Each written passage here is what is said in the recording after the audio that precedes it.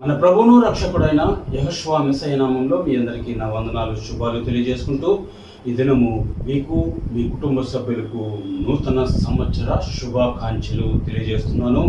చూడండి, నూతన సంవత్సరంలో మనకు దేవుడు సెలవిస్తున్న మాటలను కొద్దిసేపు మనము ధ్యానం చేద్దాం. చూడండి, కొరింథీయులకు రాసిన 2వ పత్రిక 5వ అధ్యాయము 17వ వచనంలో ఇలా రాయబడి ఉంది, కాగా ఎవడైనాను క్రీస్తునందున్న ఎడల వాడు నూతన సృష్టి, పాతవి గతించును, ఇదిగో క్రొత్తవాయెను అని ఇక్కడ మనము చూస్తున్నాము.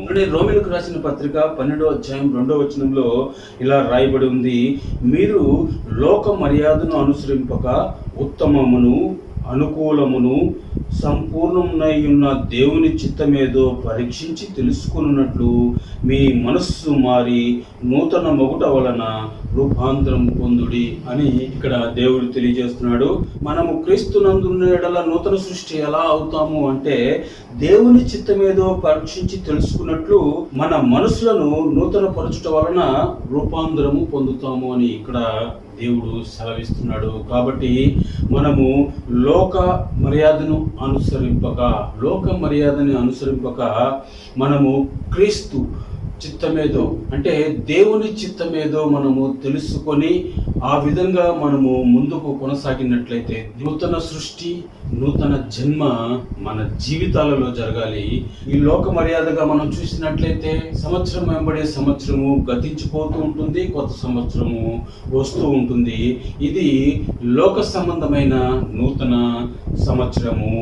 కానీ క్రీస్తునందున్న వారికి నూతన మనస్సును మార్చుకోవాలి.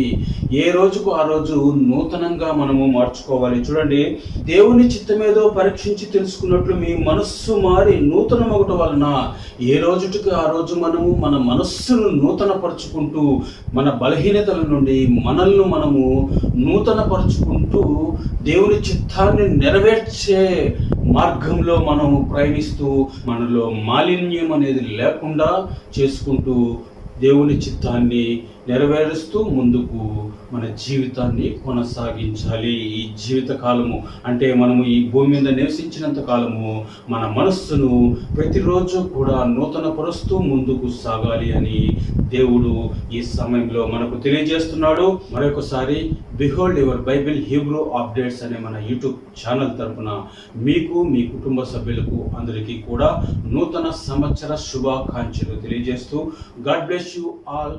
Thank you.